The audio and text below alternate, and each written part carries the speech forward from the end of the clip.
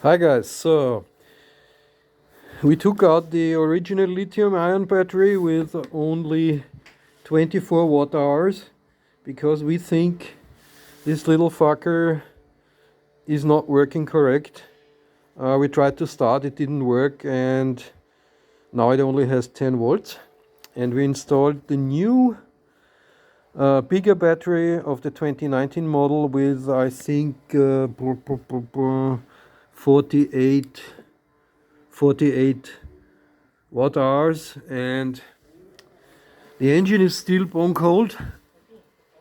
Yeah, everything's cold, and we will try to start it right now.